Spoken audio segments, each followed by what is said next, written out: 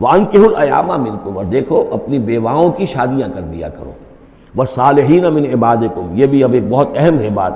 ہندوانہ ہمارا معاشرہ جو ہے وہ بیوہ کی شادی جو ہے وہ تو جائز بھی نہیں سمجھتا، یا بہت ہی یوں سمجھیے کہ اس کے نزدیک بہت ہی ناپسندیدہ بات ہے، اور ہمارے ہاں بھی یہ ہو گیا ہے۔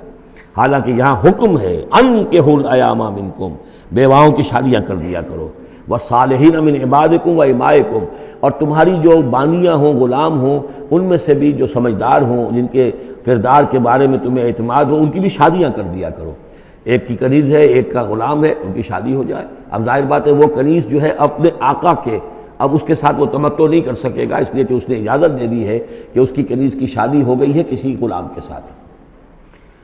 وَالصَّالِحِينَ مِنْ عِبَادِكُمْ وَإِمَائِكُمْ إِنْ يَكُونُوا فُقَرَاءَ، اگر وہ فقیر ہوں گے، مہر وغیرہ دینے کی ان کے اندر ہمت نہیں ہے، صلاحیت نہیں ہے، یغنہم اللہ من فضلہ، تو اللہ تعالیٰ ہو سکتا ہے کہ ان کو اپنے فضل سے غنی کر دے۔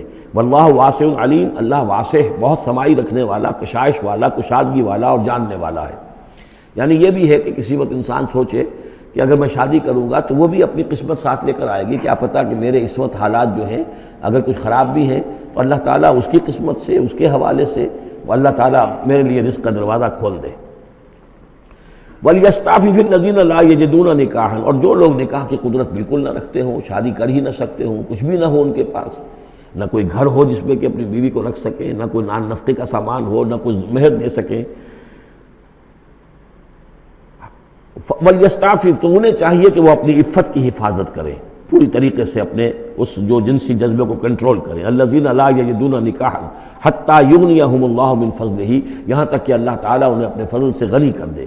وَالَّذِينَ يَبْتَغُونَ الْكِتَابَ مِمَّا مَلَكَتْ أَيْمَانُكُمْ فَكَاتِبُوهُمْ، اور تمہارے غلاموں میں سے جو تمہارے ساتھ چاہیں مکاتبت کرنا۔ یہ مکاتبت کا قاعدہ یہ تھا کہ غلام یہ طے کرتا تھا کہ جناب میں آپ کو اتنے لاکھ درہم دے دوں گا، اتنی مدت کے اندر اندر آپ مجھے آزاد کر دیجئے، تو یہ معاہدہ ہو گیا، اب وہ آزاد ہو گیا۔ لیکن آزادی اسی میں ہے کہ اسے وہ رقم اتنی عرصے کے اندر ادا کرنی ہے، اب وہ کمائے گا، محنت کرے گا، کوشش کرے گا اور وہ رقم ادا کر دے گا۔ یہ مکاتبت تھی۔ تو جو بھی تمہارے غلاموں میں سے مکاتبت چاہیں، مما ملکت ایمانکم فکاتبوہم، تو یہ مکاتبت کر لیا کرو۔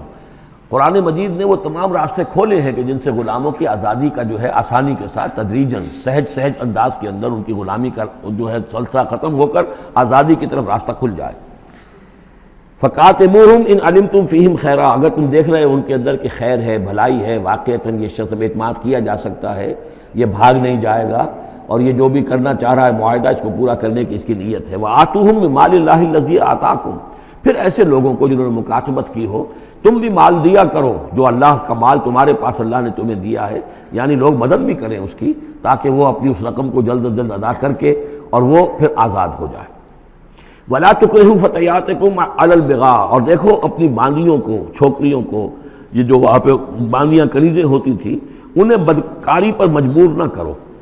ان اردنا تحسنا، اگر وہ چاہیں کہ وہ پاک دامن رہیں، وہ کسی قلعے میں رہیں، اور ان سے چونکہ یہ بھی رواج وہاں تھا، ان باندیوں سے پھر وہ پیشہ کراتے تھے۔ اب یہ اصل میں اصلاح ہو رہی ہے اس معاشرے کی، اور اس کے اندر ان چیزوں کو رفتہ رفتہ روکا جا رہا ہے۔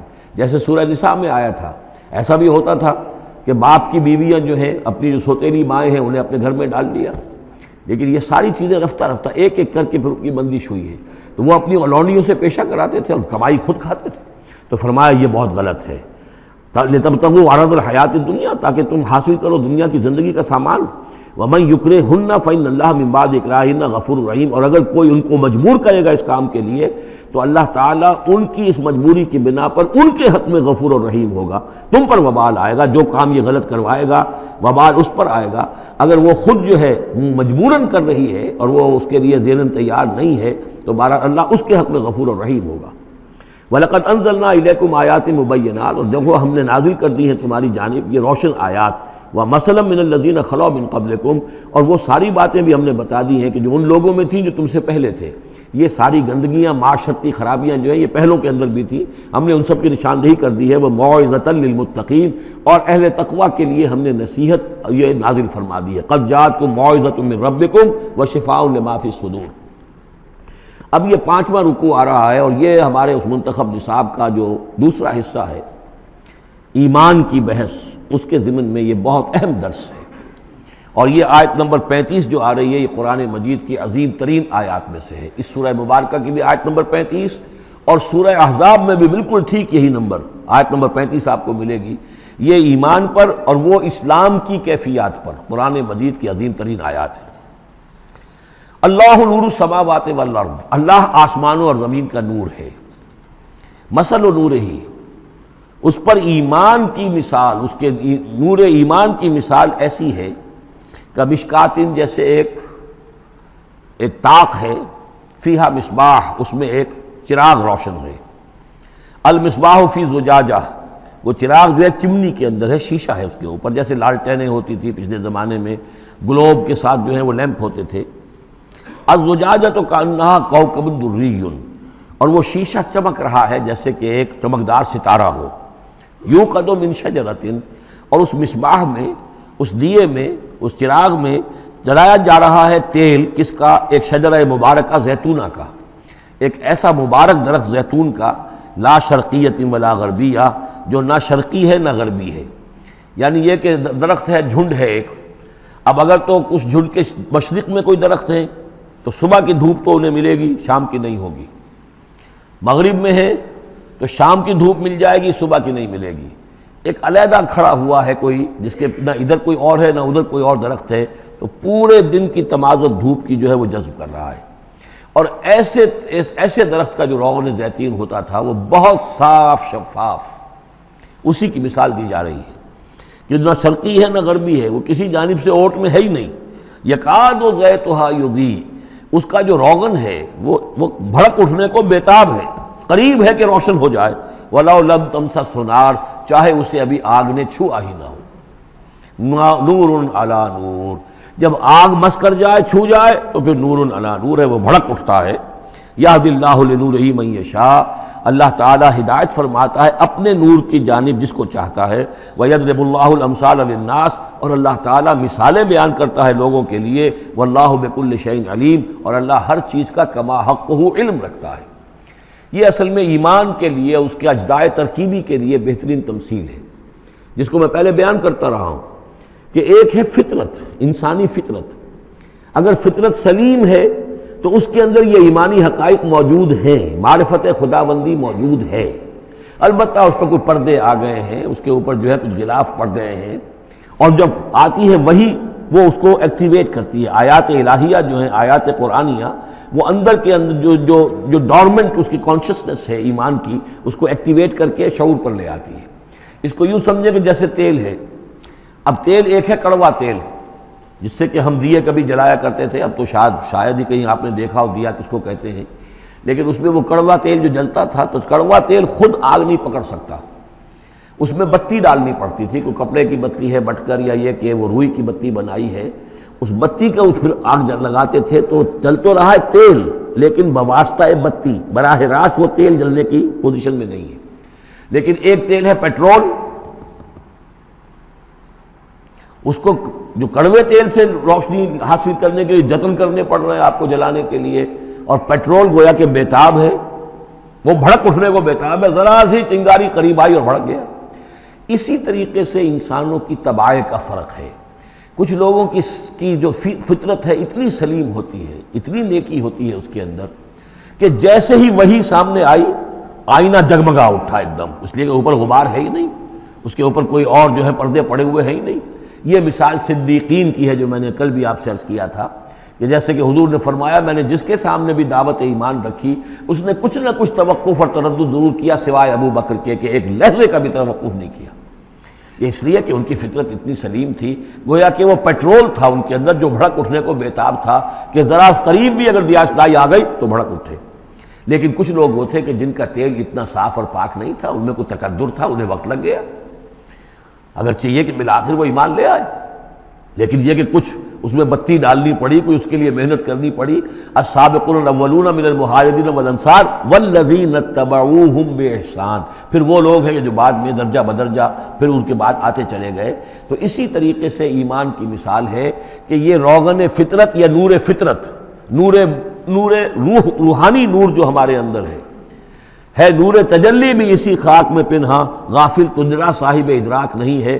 وہ جو ہماری روح کے اندر ہے، روح ملکوتی کے اندر جو نور ہے، یہ نور اور باہر سے جو قرآن کا نور، وحی کا نور آیا، ان دونوں کے نور کے اجتماع سے پھر نور علی نور کی کیفیت پیدا ہوئی۔ اب وہ نور ایمانی جو ہے وجود میں آ گیا۔ اللہ نور السماوات والارض مثل نورہ کمشکات فیہا مصباح المصباح فی زجاجہ۔ اور ذہن میں رکھیے یہ ہمارا جو پنجر ہے پسلیوں کا، اس کی واقعتاً طاق کی سی شکل ہے، یہ نیچے سے چوڑا ہو رہا ہے، اوپر سے تنگ ہو رہا ہے، طاق ایسے ہی ہوتے تھے۔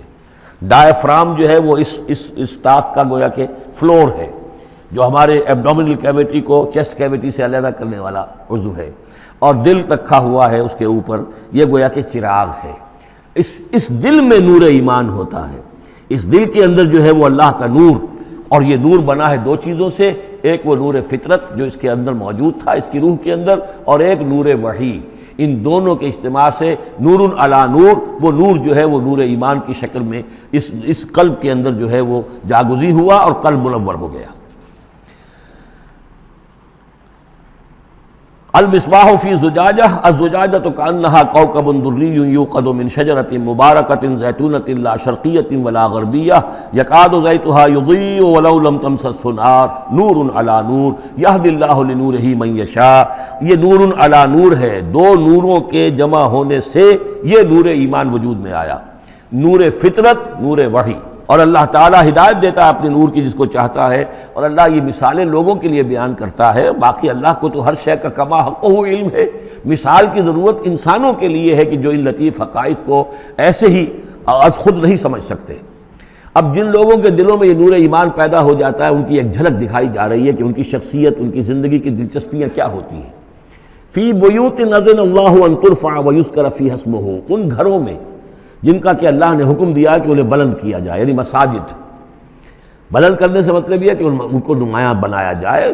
ہر مسلمان آبادی میں معلوم ہو کہ مسجد ایک نمایاں شے ہے، یہ ضروری نہیں کہ اس کی ڈیکوریشن ہو، اس کے اوپر جو ہے خام خواہ تکلفات میں پیسے خرچ کیے جائیں، لیکن یہ کہ ایک تو یہ کہ وہ نمایاں ہونی چاہیے، معلوم ہو کہ اس آبادی کا مرکز یہ ہے۔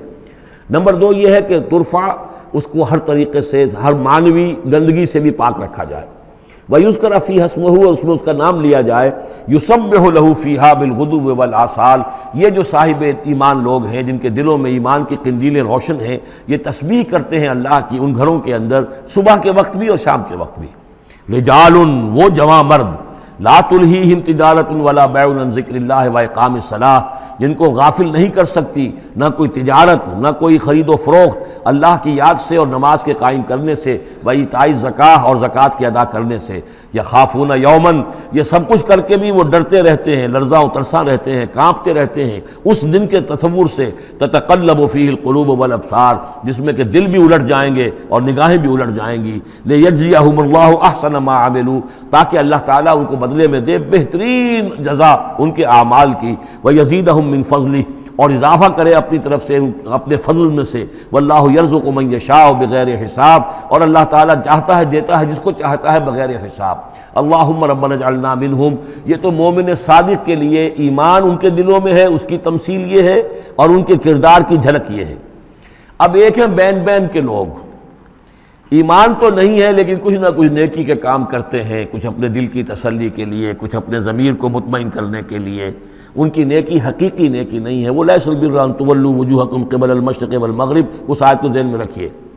والذین کفروا، اور جو لوگ ایمان سے تہی ہیں، محروم ہیں، کافر ہیں، ان کی نیکیاں، ان کے اعمال کیا ہیں؟ کسراب، جیسے ریت ہو، سراب ہو، بقیعۃ، ایک چٹیل میدان میں، یحسبہ الظمآن ماء، پیاسا سمجھتا ہے کہ پانی ہے، حتی اذا جاءہ، یہاں تک کہ وہ جب وہاں پہ گھسٹ گھسٹ کر بھی پہنچتا ہے تو معلوم ہوتا ہے لم یجدہ شیئا، کچھ نہیں پاتا وہاں پر، ووجد اللہ عندہ، اور اللہ کو پاتا ہے وہاں موجود، فوفاہ حسابہ، تو اللہ تعالیٰ اس کا حساب اسے پورا چکا دیتا ہے۔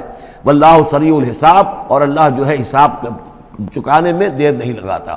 یعنی یہ جو نیکیاں ہوتی، جھوٹی نیکیاں، ملمے کی نیکیاں، حقیقی ایمان نہیں ہے، ایمان باللہ نہیں ہے، ایمان بالآخرت نہیں ہے، لیکن یوں ہی کچھ نہ کچھ نیکیاں ہیں، کچھ خدمت خلق کے کام ہے، اس طرح کی چیزیں اللہ کی نگاہ میں ان کی کوئی وقت نہیں۔ اس کے لیے پہلے ایک مثال سورہ ابراہیم میں آ چکی ہے، دوسری مثال یہ کہ یہ نیکیاں سراب کے مانند ہیں، جنہیں پیاسا سمجھتا ہے کہ یہ پانی ہے، حقیقت میں پانی نہیں ہے۔ اب تیسرا جو کردار ہے وہ یہ ہے کہ جن کے دلوں میں، جن کی زندگیوں میں یہ جھوٹ موٹ کی نیکی بھی نہیں ہے، نفس پرستی اور دنیا پرستی، اور ان کے اندر ہر طرح کی گندگی جو ہے وہ آ چکی ہے، ان کی مثال کیا ہے؟ او کظلمات فی بحر اللجی، یا جیسے کہ اندھیرے ہوں ایک بڑے گہرے سمندر میں، یغشاہ موج، اس کے اوپر ایک موج چڑھی ہوئی ہو، من فوقہ موج، اس کے اوپر ایک اور موج ہو، من فوقہ سحاب، اور اوپر جو ہے بادل بھی ہوں، یعنی اندھیری رات ہے، کوئی روشنی نہیں، اوپر بادل ہے، نہ چاند اور ستاروں کی کوئی روشنی نہیں آ رہی، اور اس کے ساتھ ہی یہ ہے کہ موج کے اوپر موج چڑھی ہوئی ہے، ظلمات بعضها فوق بعض، یہ اندھیروں پر اندھیرے ہیں، اذا اخرج یدہ لم یکد یراہا، جب وہ اپنا ہاتھ نکالتا ہے تو اس کو بھی نہیں دیکھ سکتا، جسے ہم کہتے ہیں اپنے محاورے میں ہاتھ کو ہاتھ سجائی نہیں دیتا، وَأَلَّمْ يَجْعَلِ اللَّهُ لَهُ نُورًا، اور جس کو اللہ تعالیٰ ہی نے کوئی نور عطا نہ کیا ہو، فما لہ من نور، تو اس کے لیے پھر کہیں کوئی نور نہیں ہے۔ یہ وہ لوگ ہیں کہ جن کی زندگیاں کسی ملمے کی نیکی سے بھی خالی ہیں، اندھیارے ہی اندھیارے ہیں، ظلمات فوق بعضها فوق بعض۔ بارک اللہ لی ولکم فی القرآن العظیم ونفعنی وإیاکم بالآیات والذکر الحکیم۔